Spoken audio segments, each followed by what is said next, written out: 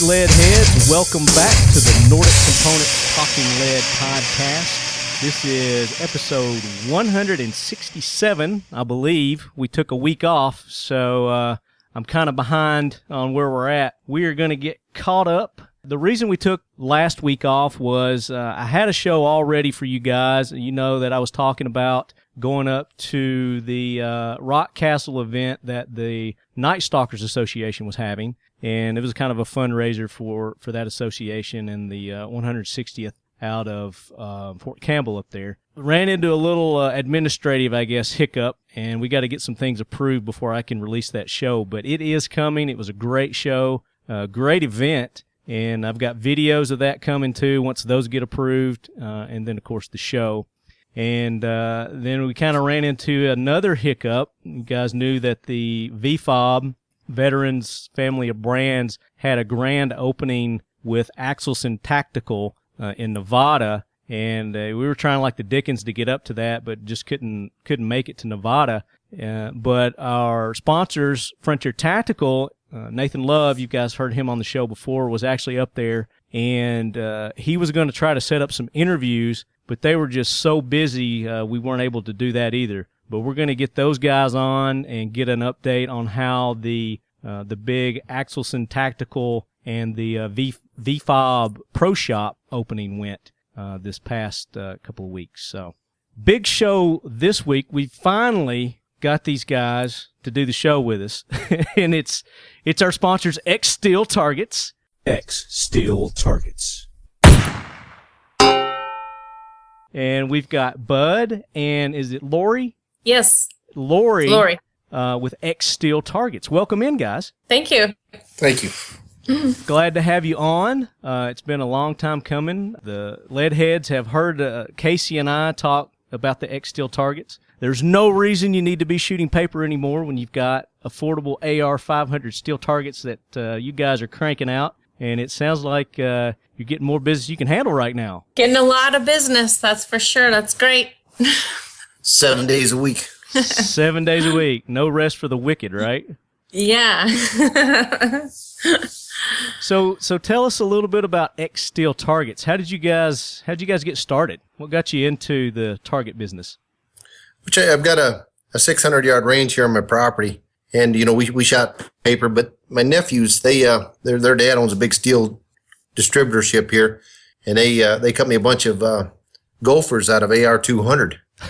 And we shot those up, and I carried some to a gun show, and they sold. I mean, I couldn't believe they sold that easy and fast. Yeah. So then we started getting into the AR-500. We tried to scrap at first, and you couldn't get enough scrap because there was no scrap. A lot of people don't cut AR-500. Mm-hmm. And then we started buying it by the sheets, and then it's grown since then.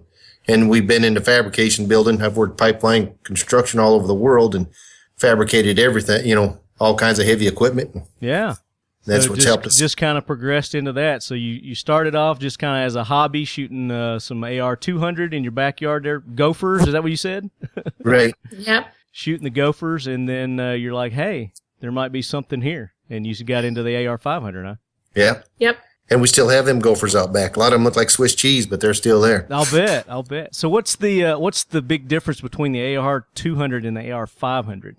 There's a world of difference. That AR-200, it's a little more pliable and it's bendable to a certain extent. That AR-500, it's real hard. It's not bendable and it takes a little different procedure to weld it, which we don't weld on any of our stuff, any of our AR-500.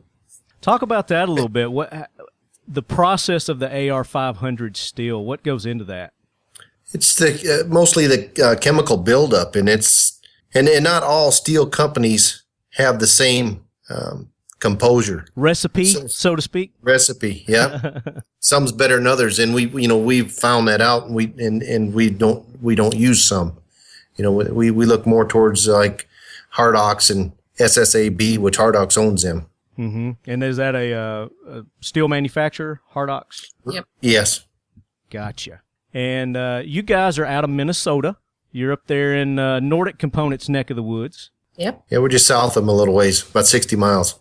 Yeah, you guys took part in that Sturgis event recently, right? Yes, I ran up there to Waconia, and dropped off, I think, 4 plate racks, 2 Texas Stars, and I think a dozen pepper poppers, and then some, I got to call them mini X poppers. Mini X poppers. Yes.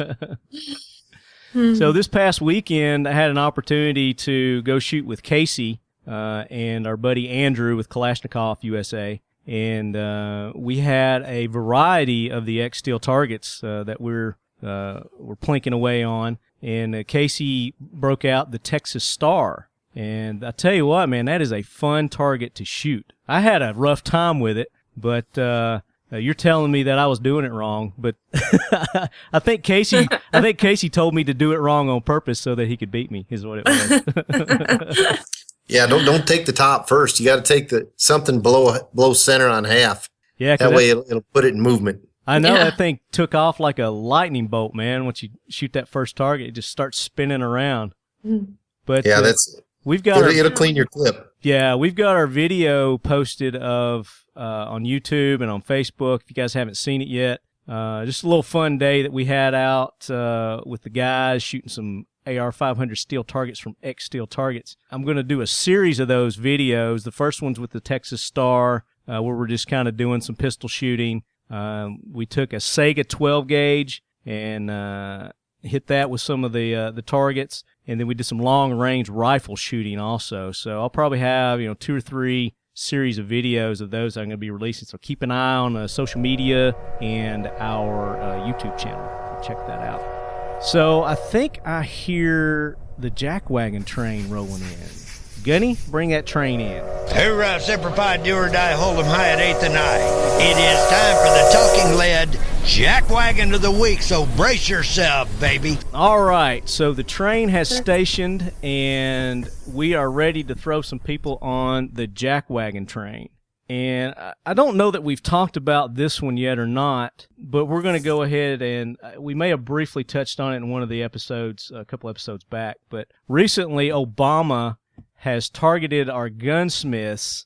And did you want to take this Jackwagon, Bud?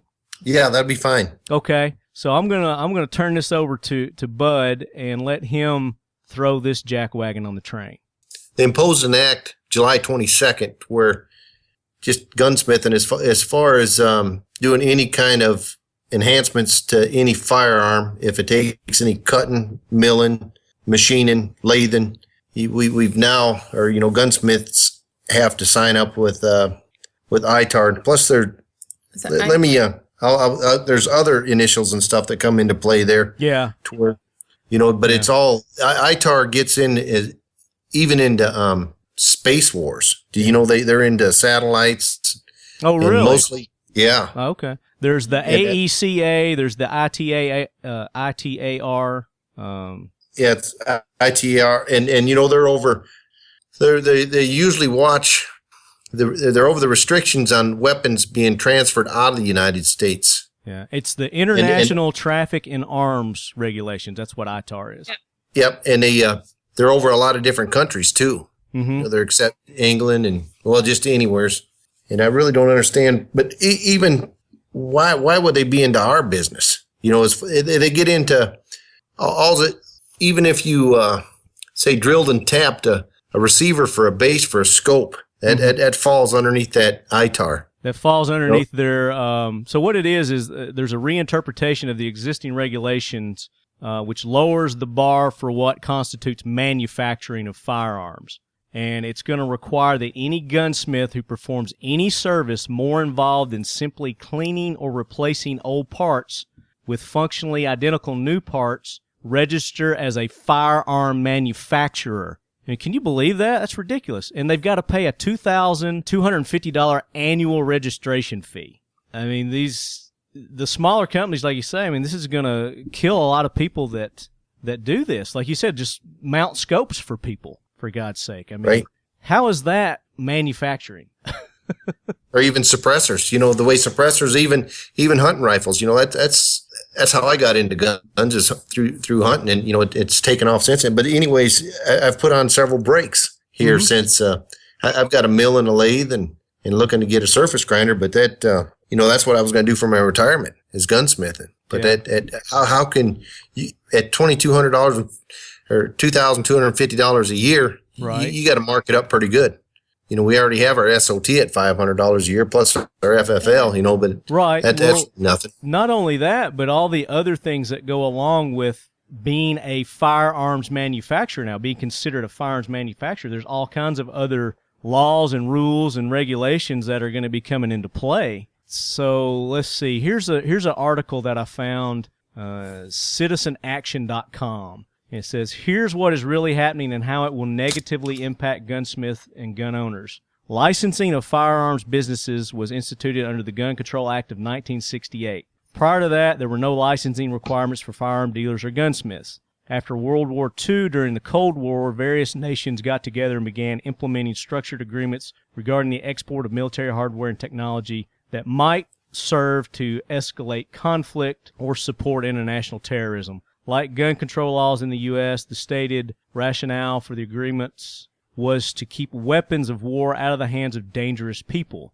In this case, revolutionary groups, tyrannical dictators, Obama, or governments engaged in territorial disputes. This effort accumulated in the Arms Export Control Act of 1976, or the AECA, and is accompanying regulations. This is the International Traffic in Arms Regulations, or the ITAR, which you were talking about earlier, which all fall under the purview of the State Department, which we know who used to run that, Hillary Clinton, which is now headed by the famous war protester John Kerry. Let's see. When most people think of military arms control, they think of nuclear missiles, fighter jets, tanks, and artillery, but the AECA and ITAR reach far beyond bombs and cannons. Almost anything that can be construed to be related to military activities or weaponry can be regulated under ITAR, including small arms, communications equipment, and technical information on any relevant subject such as encryption technology. This broad and growing definition of arms has generated confusion and frustration in a wide variety of areas. Since 1999, there have been a controversy raging over the State Department's use of the AECA to assume control over U.S. satellite technology, which you were talking about that earlier. Academics and the satellite industry argue that ITAR restrictions have seriously damaged the U.S. commercial satellite business and is harming academic advancement in a variety of fields by restricting who can participate in development or even discussion of various technology projects. So I don't see how that impacts the gunsmith and gun owners, all that stuff I just read. But obviously they're getting into the smaller guys' pockets now. Is what it's basically boiling down to. And they're trying to frustrate and, I guess, get the people out of the business. Like, well, if I got to do that, there's no sense in me doing it now. So it's running a lot of people away, or scaring them away from the gunsmithing business, which is ridiculous. Yeah, a lot of the older people, they're not really older. They just don't want the battle no more. Yeah, they're just giving up. Yeah. They're like, if I got to do that, I just quit. Instead of raising a stink about it and saying this isn't right, what you're doing is wrong, you need to quit. You need to quit interpreting definitions for yourself, like arms, manufacturing. It seems like they keep redefining these words to suit their own agendas. And who gets hurt? Like the guy that's helping me out, and he's a pretty good gunsmith. He builds guns, and he's not going to build any more rifles no more. He builds precision rifles. Yeah. And he might build a half a dozen a year. Well, if you got to buy a license for $2,200, how can you afford to charge your people that kind of money on a half a dozen rifles a year? Yeah, and the stink of it is, this was an executive order. He just did this. He didn't run it through the proper channels, through, our Congress and all. He just executive ordered this in, like he's been so famous for. So, welcome to the Jackwagon Train again, Obama. It's like he and Hillary have permanent seats, but on the Jackwagon Train. Yeah. They're reserved, huh? Yeah, no, they're permanently bolted in there, definitely. But I see China, they didn't roll out the red carpet for him the other day, so they must not care much for him either. Oh, yeah? Yeah, I seen it on Fox News. Everybody else had red carpet, and when he was getting off the plane, he didn't have the red carpet rolled out for him. They rolled it up. He's like, oh, wait a minute, let's take that up for him.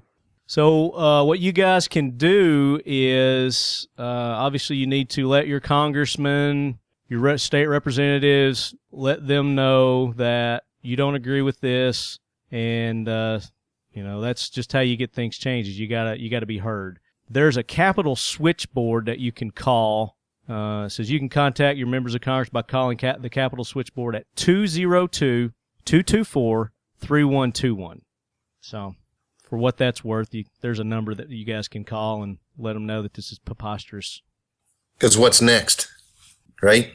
Well, they're always looking for an angle. They're looking for something. How can they stymie, our 2A, our Second Amendment rights? And this is going to go a long way in doing that. And just like when Hillary had her interview there the other day with Fox, first thing she's going to go after is them high-capacity magazines. What's high capacity?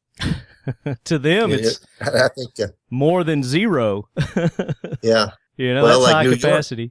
York, they even held their police officers for a short time down to 7 rounds. How stupid is that? I mean, why would you limit the people that are protecting everybody?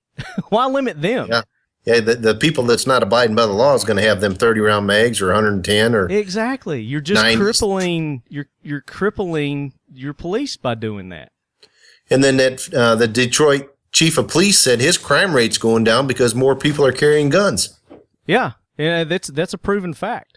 If you look at the statistics, that since gun ownership has risen over the past, I don't know how many years.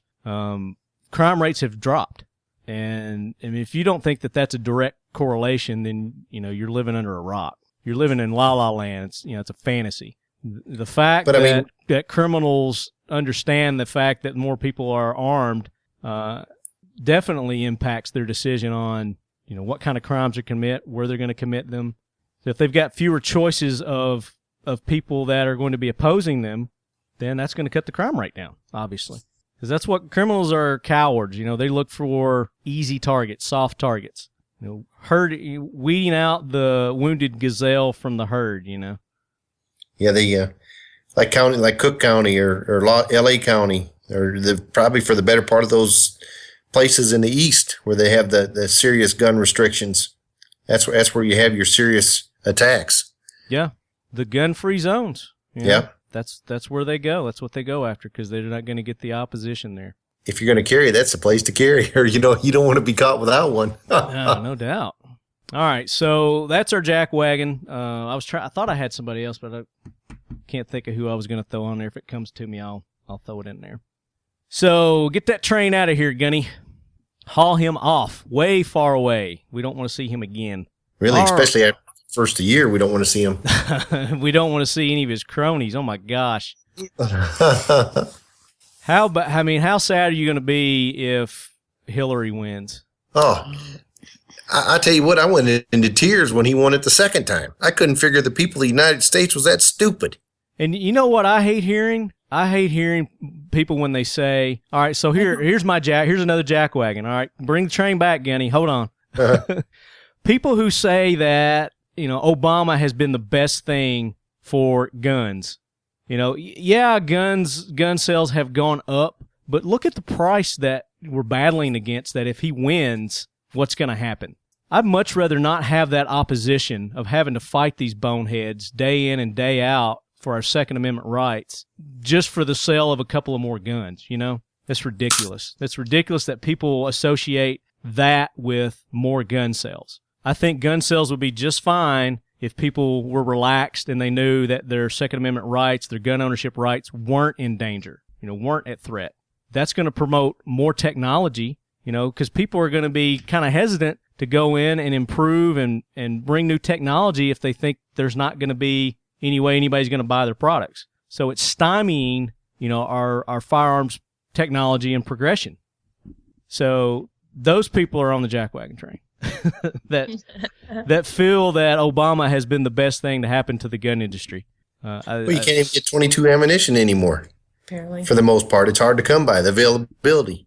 Well, that's the thing. Every time they come out with some sort of a gun scare, then you get these boneheads that do panic buying. And they go and they just start buying everything that they think's going to get banned, thinking that they're going to make a buck. And that's the people that are buying the stuff. It's the people that are trying to take advantage and capitalize on people's fears. So you got people that were this last gun scare that we had that were buying firearms that never owned a firearm in their life and had no intention of ever going out and shooting and enjoying and practicing their 2A minute right. They were just looking to make a quick buck. That's what you can't fall into that trap. Whenever they go and they have these these gun grabbing scares, don't panic. Just be calm. And these people that are going and buying all this stuff, let them sit on it. Let them lose money because they're going to end up giving it away anyway because they're not going to use it because they're just buying it to try to make a buck off you. So don't fall into that trap. All right, I'm off my soapbox. I'm getting off my soapbox. Nordic Components is an American-owned manufacturing company proud to produce quality products right here in the USA. As a company, we continually invest in our manufacturing capabilities to ensure that all of our products are the highest quality and most efficiently produced parts available. The Nordic Components business consists of two segments, manufacturing and sales. Our manufacturing business works to provide custom machine components for a variety of applications, with our specialty being firearm components. The sales business produces lines of branded firearm accessories to enhance and elevate the shooting experience. We are a company owned and operated by individuals devoted to shooting sports, and many of us shoot competitively. We attend and sponsor a number of events around the country each year where we listen to you, the consumer, and are proud to say that all of our firearm components are a direct result of your input. As a firearms accessory provider, our aim is simple: provide shooting enthusiasts with innovative products of uncompromising performance and reliability. Nordic Components. Check us out at nordiccomp.com. So let's talk about XSteel Targets. And this is, the ways that you can enjoy your Second Amendment rights is going out and shooting AR-500 steel. Am I right? You're right. Absolutely. And you guys have it. You guys have just all kinds of targets. And you can custom make targets too. Talk about, and we have in the past. Yeah, talk about some of your more popular AR targets. What's the ones that most people are buying from you right now? We have a reactive IPS. It's got the cutout in the head and the cutout in the chest, and they sell pretty good. I mean, I want to say they're about $300, and we sell about a half a dozen of them a week. Okay. Is that like Texas, where it's got the little T in the head? Okay. And it's got a flapper, so it flaps open, and you shoot it and flap it back shut again. So it's like a silhouette kind of? Right. Okay. It's a IPSC, full-size IPSC target. I got you. So you're selling a ton of those right now. Oh, yeah, they're moving pretty good. And our Texas Stars, they move real well. Mm-hmm. The 3/8, and we make 1/4 inch for which you can shoot it with a centerfire pistol, but we built it for 22s. So, if you strike the arm, you'll be able to knock off more than one target with a centerfire pistol on our 1/4 inch Texas Stars. But now that one we're shooting, is that a 3/8? Yeah, that's a 3/8. That's double springed, and it'll a 9mm will take them off. I've had them in competitions. Yeah. I've even had them in the carbine competitions before. Now, we were shooting that at distance with a 22. We had Nordic Components 22 AR, and I guess we were probably 150, somewhere around there, maybe 100. We were shooting it with 22, and it wouldn't knock those off with the 22. No. We had to hit it like a couple of times. Yards. What's that? Even if you were within 40 yards, it wouldn't knock it off. With the 22, yeah. I mean, that was we were hitting it with what guys watch the video. We were shooting 9mm and 40 on it, and I mean, it was knocking them down just fine. Now, can you shoot that with rifle? Yeah. I've had them in the 3/8. Yeah. You shoot with the carbines. Okay, so it's okay to shoot that 5.56. The 5.56. Yep, 308s. Matter of fact, we had one on stage 8 up there in Forest Lake, Minnesota, on that Nordic Components 3-gun match. Yeah. Okay, so you guys took part in that also? Right. We had stage 8 there. We had that IPSC, reactive IPSC was there and on that stage, and so was we had a Texas Star and our mini X poppers. So talk about on that stage. Talk about your X poppers. What are those? They're a spring-loaded 12-inch tall silhouette target. 3/8. We've had them. Well, we done a Chris Kyle benefit down there in Wasatch, Texas, with Jeff Chase, and we had 10 of them on his, and he put those on a rifle stage, and they held up pretty good. They pocked up real well, but that rifle's going to pocket steel up at 50 and 60 yards. Mm-hmm.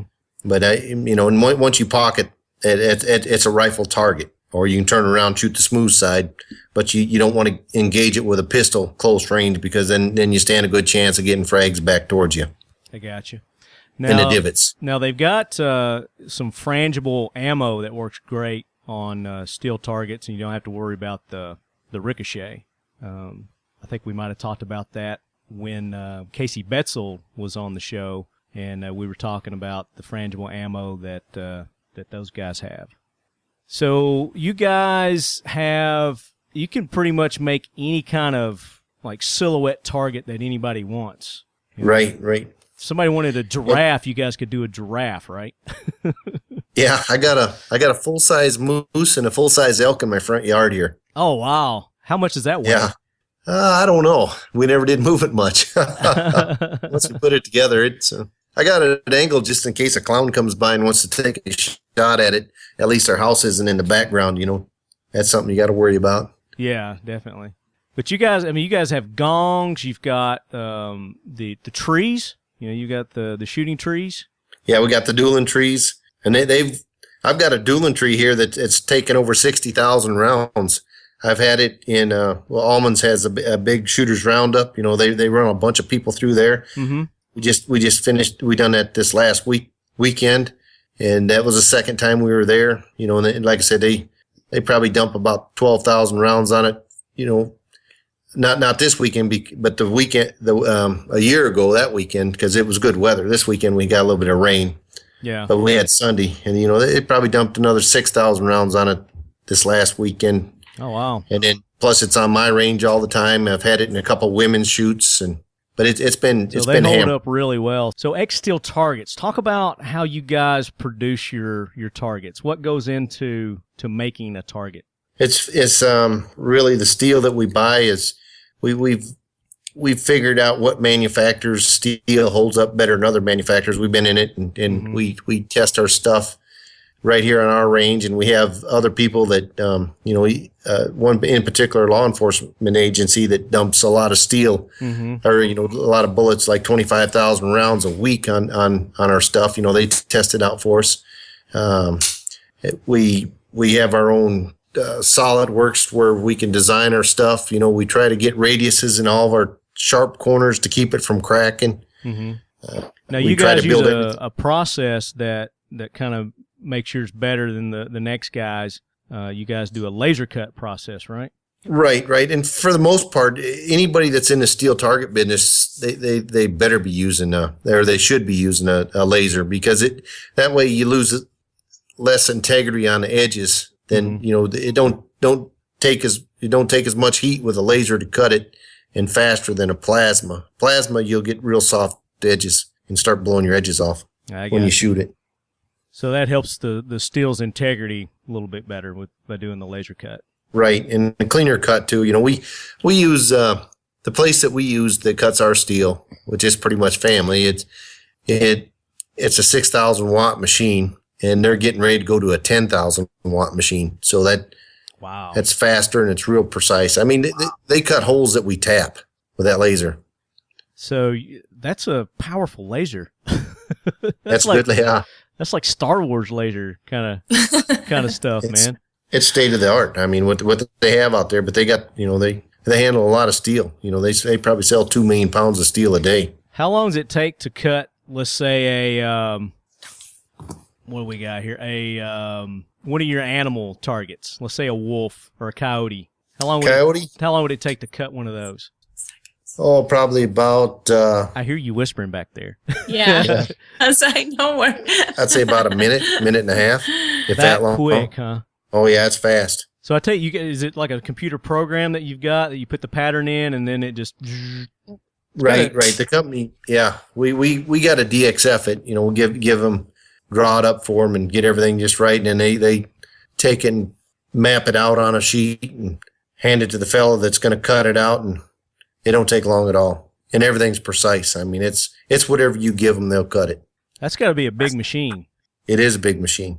Because you're doing some pretty big targets too. Right. What's the biggest target that you guys make?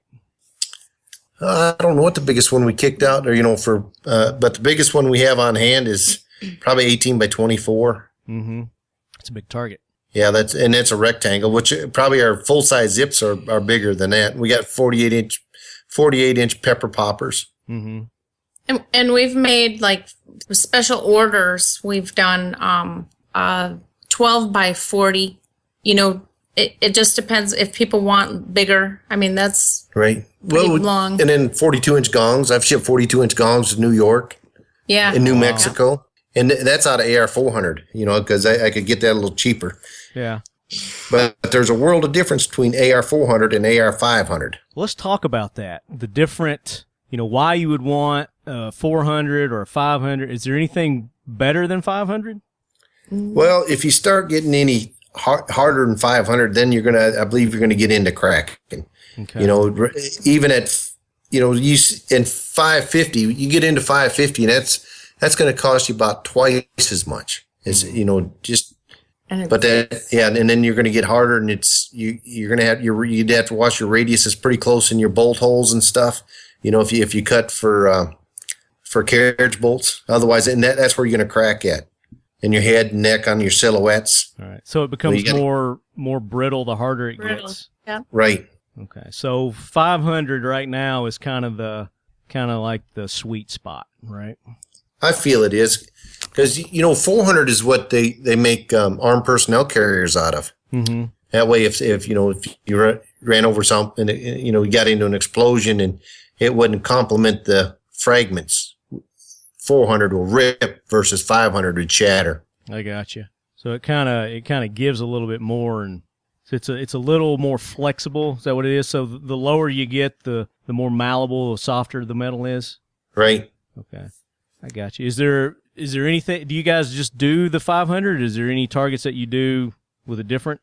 We have some that level? are rimfire AR 200. Okay. Just for 22s. Just shooting for 22s. Right.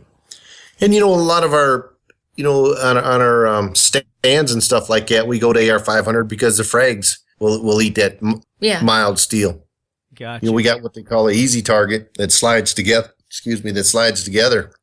And our bases are even AR 500 because it's like a bullet trap, because when a bullet strikes that flat surface, it just digs a hole down, right? It digs a straight line. Yeah. Across there, Now on that Texas Star, is that whole thing AR 500? Even the arms? Do you make that out of the 500 also, or is that a different steel for the arms versus the plates? No, it's all AR 500. It's the angle iron in the front is mild steel. Mm-hmm. And the pivot points and the plates are AR 500. If the pivot points weren't AR 500, you'd eat them up with your plates. Yeah. When they rotated on them. Gotcha. That'd be like a file going across it every time you hit it to the other side. Mm-hmm. You see those ones. Let's see. I'll be best. Well, one's made in China. They've got a little ramp that goes up and over, and flops to the other side, and it comes straight up. Uh-huh. Well, that's all mild steel. Okay. Where they have a piece of, if that target is AR 500, it just shaves on it. Yeah, those are going to wear out. It keeps that sharp edge. Yeah. So we angle ours forward, and it's smooth. Have you shot one of those dueling trees yet? I haven't Does shot Casey have one? I don't think he has one. I don't think he's got the dueling tree. But we shot we got the Texas Star. There's some gongs he's got. I think he's got a couple of poppers. We got to get him one of those double stars down there. Yeah. I have to get him one of those. Those are tricky. Yeah, so let's talk about that. You bring that up. You guys have some new products coming out, and this is one of the double star. What is that?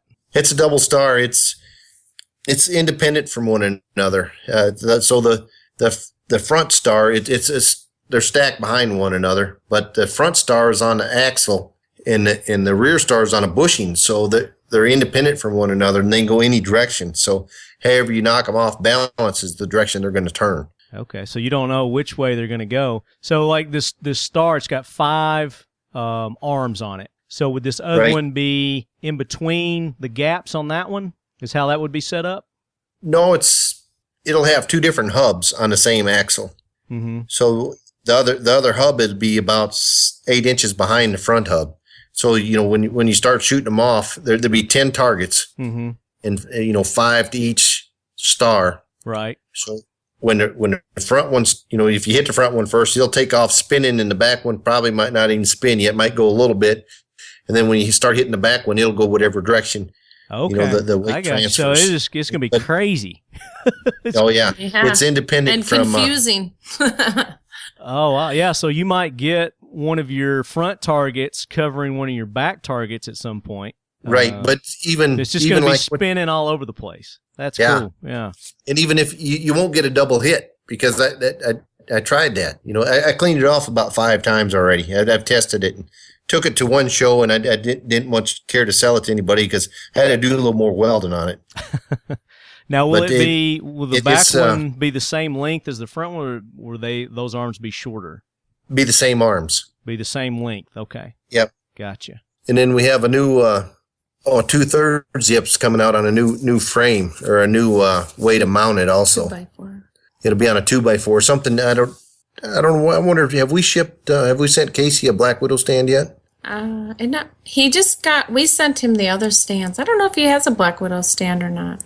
We've got a new modular stand also that goes together pretty quick and easy. Matter of fact, we sold probably 100 of them this last week. Nice. But it bolts together. You guys together. just had a big sale over Labor Day, right? Right. Yeah. Yeah. You got to let me know when you're having sales like that so I can let the Leadheads know. I'm not going to let you. Yeah, I'm sure. busy. We haven't caught up yet. Our biggest sale will be the Black Friday Cyber Monday. That's our biggest of the year. Leadheads, So. yes. That's what I tell my Leadheads is like, save your money until Black Friday, because that's when you're going to get the most bang for your buck is Black Friday.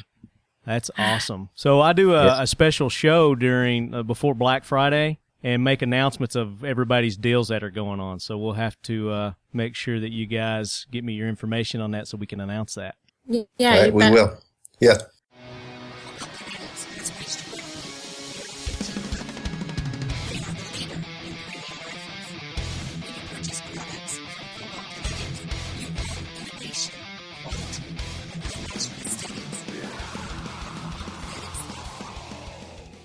You guys are going to be featured in my favorite magazine, or you're already in there. Is it this month's edition of Recoil that you're in?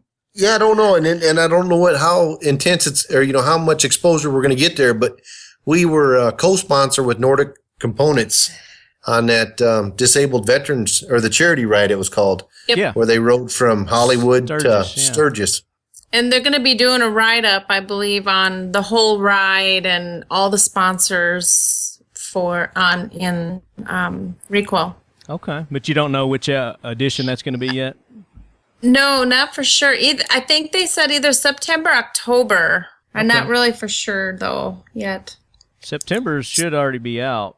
Yeah, I'll check that out. So But see, there was a writer for Recoil that was a woman. Yep. That rode with him. She was the editor. Editor? Yeah. Okay.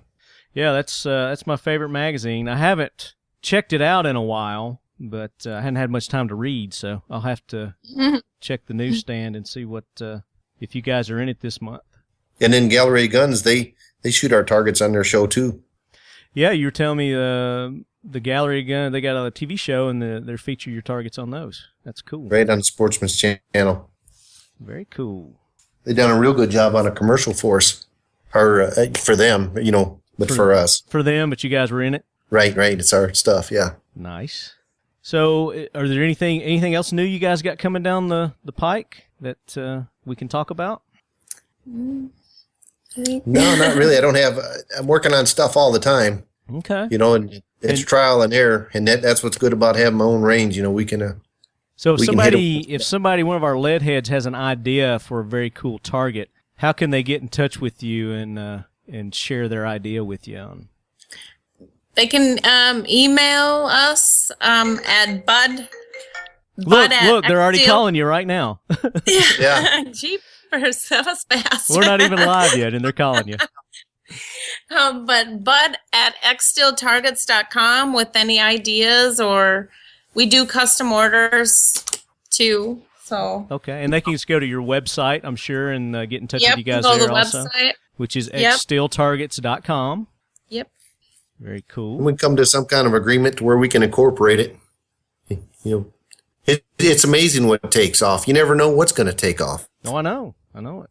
And I mean, the sky's the limit. Sounds like with what you guys are able to do. So I think maybe Right. Casey and I may and have we a don't- couple ideas for you too.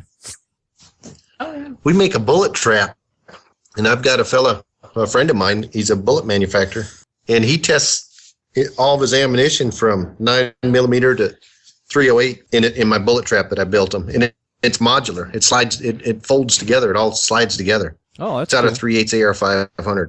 Is that like a portable thing you'd be able to throw in the back of your truck and carry around?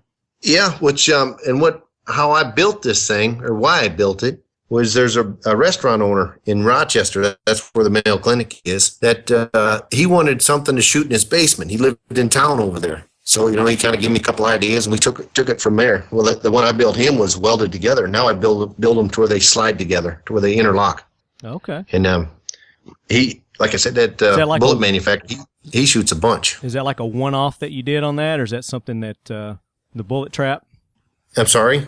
The bullet trap you're talking about, is that like a one-off that you did, or is that something that that you have on your website?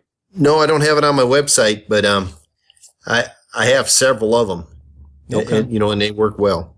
I got you. I've sold a couple, but it's just What's something like I don't- that run? around $300, but That's it will not probably bad. have to bump it up to ship it. It's out of AR-500 3/8. Oh, okay. Or they just drive to Minnesota and pick it up. Yeah. If they're in the area. Well, in saying that, with a lot of times we have some stuff that it does get cut wrong, so we might have the wrong size hole or the wrong something and we got a clearance bin, so they can get it like a quarter of the price. Oh, okay. The bargain bin. I see it right here under sale items. Yeah. And a lot of the bargain stuff don't make it in there because my son, he kind of runs the website. I got you. He's having to work because Well, he's got kids. anytime you guys want to send me your mess ups or your leftovers, feel free. Okay. Send it on down to Talking Lead. We'll put it to use, no doubt. So we were talking earlier a little bit about ricochets and with the steel targets. So let's get into our fact to fight the myth. Now it is time for the Talking Lead, Fact to fight the myths. and it's going to deal with steel targets and ricochets. But All right. Yep. Yeah. And so on those ricochets, every competition's different, or people shoot it at steel different. Like cowboy shooters, they'll have a crowd around them, and they'll stand within 5 and 7 yards and bang on. Which they're shooting lead bullets too, soft lead bullets, exactly. and they shoot on it all day long like that. Like I said, with spectators standing right there alongside them. Yeah, they just And then- pancake when they hit the steel. Yeah. Yep, they just like a water balloon.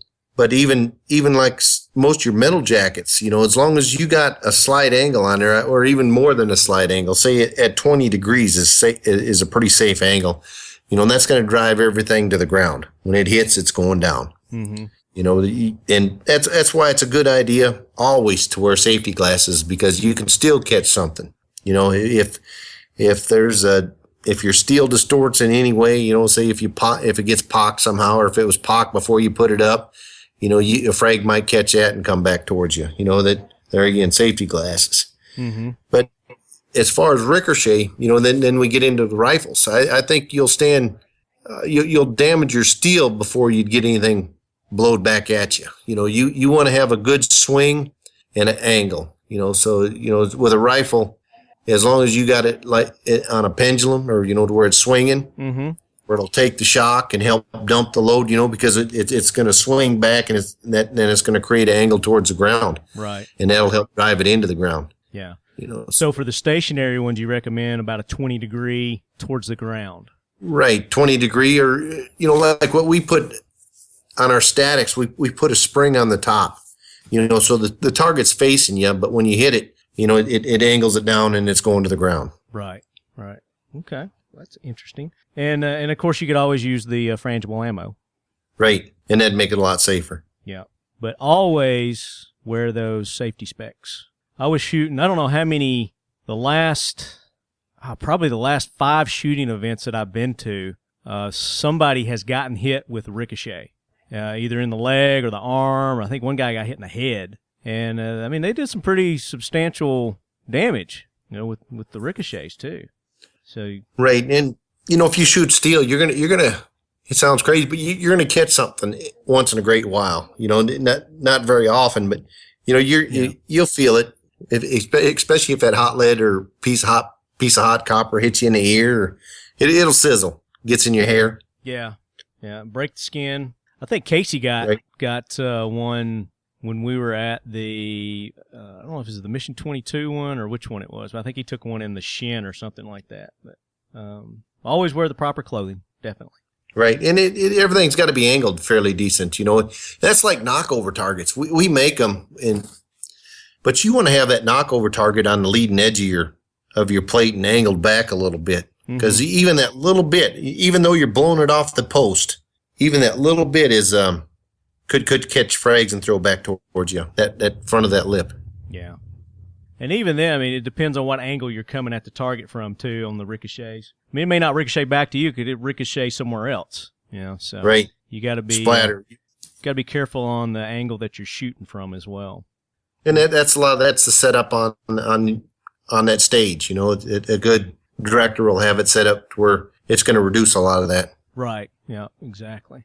Because I've been the big shoot down there in Texas. I mean, we had bullets whizzing over our head, but it goes to it's how you set it up. I mean, that was a real nice range. But there was courses behind courses, and you got to set your targets up close enough to your berm to where if you do get a low hit, it's not going over your berm. Yeah. Set it up there where your berm's going to catch it. That reminds me of that every time I hear ricochet, that YouTube video, I'm sure most people have seen it. The guy shooting the 50 cal, he's like down in some kind of pit or something like that, but it's like 1,000-yard shot and it ricochets back and knocks his ear pro off. It was funny. People say that. Somewhere I seen where it said it was 1,000-yard shot. Well, I bet he wasn't shooting 50 or 100 yards as quick as that thing got back and slapped him. Oh, it came back quick. I mean, it's like you heard it hit, and then just a few seconds later, you see him get knocked down. And you're like, what the heck? He got hit with the ricochet. Yeah, he was lucky. Yeah, he was. Well, all right, that was a good fact to fight the myth. Thank you for that, bud. Yep, you're welcome. So make sure you guys check out XSteel Targets. Check them out at xsteeltargets.com. XSteel Targets. They're on Facebook under XSteel Targets. And, of course, on all of our posts on Talking Lead's Facebook page, our Instagram, and then Casey Griggs, he's always tagging them on there as well. And we've got those videos coming out that I was telling you about. Hopefully, we'll get some of those new targets, too. I want to try out that double Texas Star. That's going to be interesting, man. I like the sound of it. Oh, yeah. I definitely like the sound of it. So once we get that in our possession, we'll do some videos with that also. So yeah, that'll be a blast. So we're going to give our listeners an opportunity to win one of your targets. And we're going to do that right now.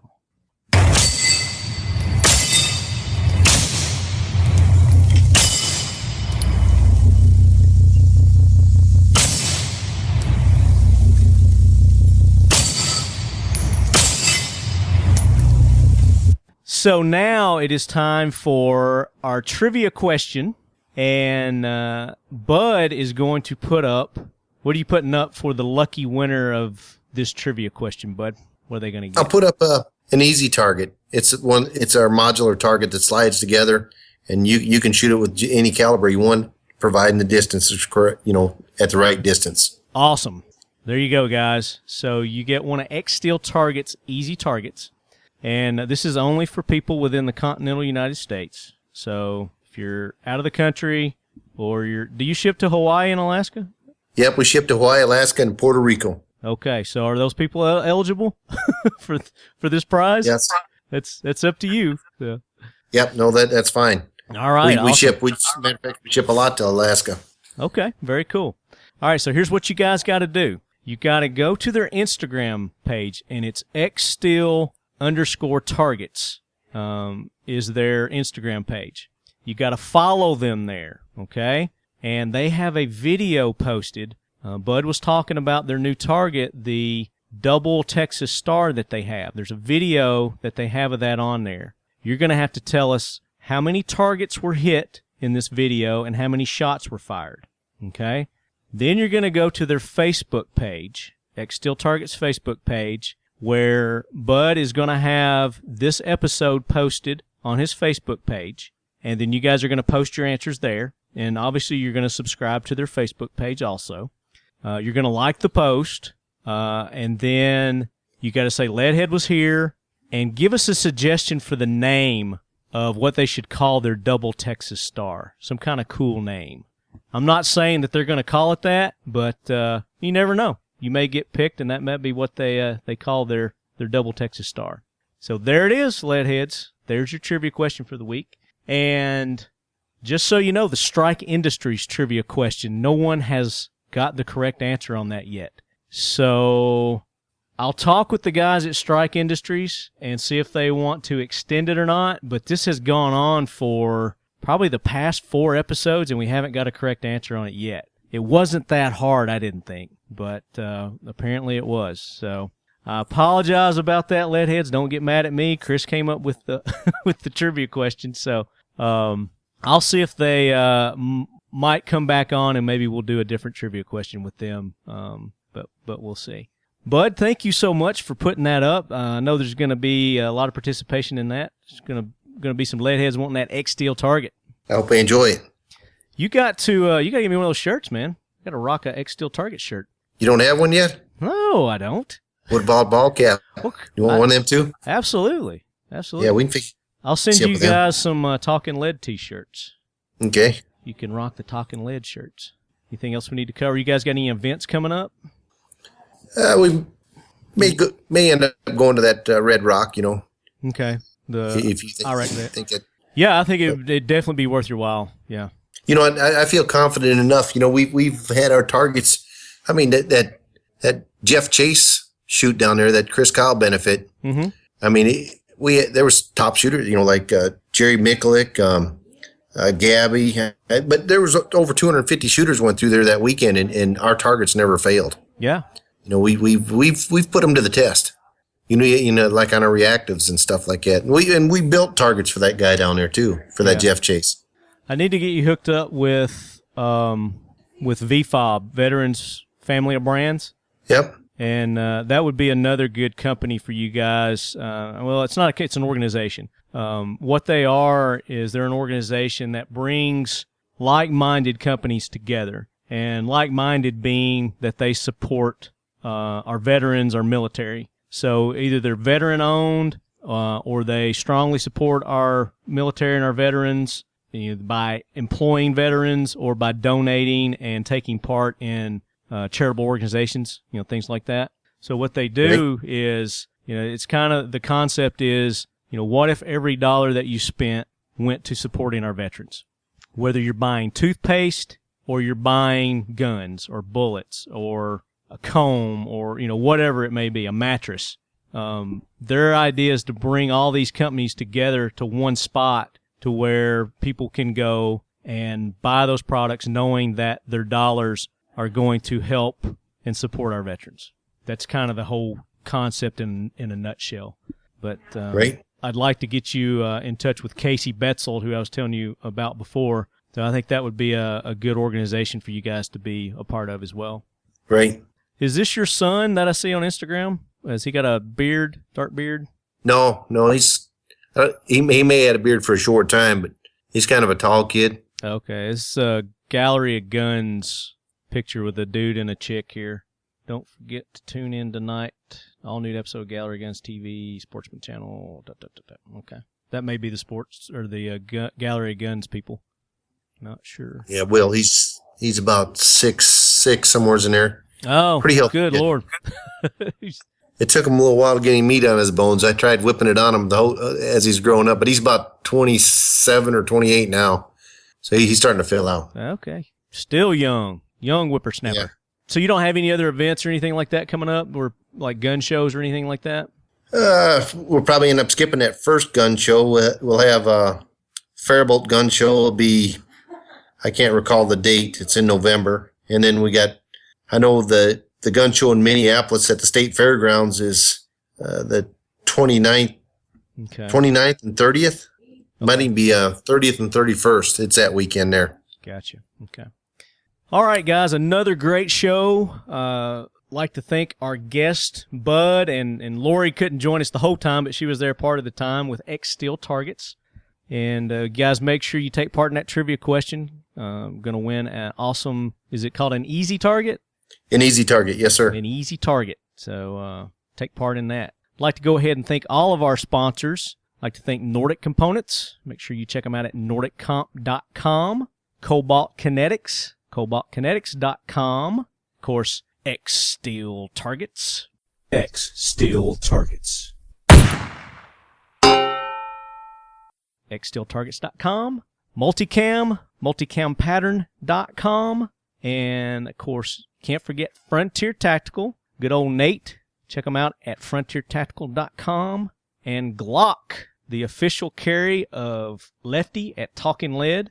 And you guys know how to find Glock. They're not hard to find. And, of course, our vehicle sponsors, we've got Ackless Defense on top of all those guys. And we've got Clay Greenfield Motorsports. Don't know if he's got any races coming up or not. I'll have to check with him. We need to get Clay on and get an update on how his racing season has been going. So I'll schedule him on, get you guys updated with Clay Greenfield. And make sure you guys go and answer Mission 22. 22 veterans a day commit suicide, and that is a low estimate. We have since found out that number is a lot higher, and that it doesn't include our first responders, our law enforcement personnel either. So Mission 22 is just creating the awareness and making people know that that is a problem in our society, and we need to eliminate that number.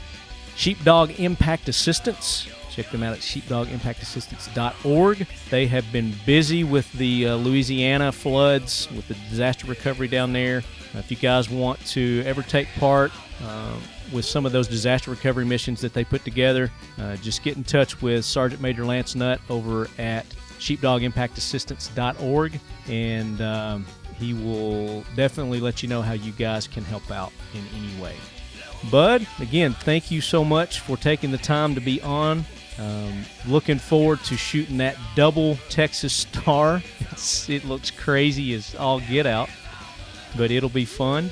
All right, guys, we will be back next week. Hopefully I can get that Night Stalkers Association show edited in here between shows, but got some good content coming up. We got the Iraq Vet 888 YouTube shoot coming up 1st of October, and then right after that we got the Big 3 East event down in Daytona that we're going to be covering. So I'm going to have a busy October, and then all the way up to SHOT Show. I've got several things in the works. So you guys stay tuned, and as always, lead heads, keep your loved ones close.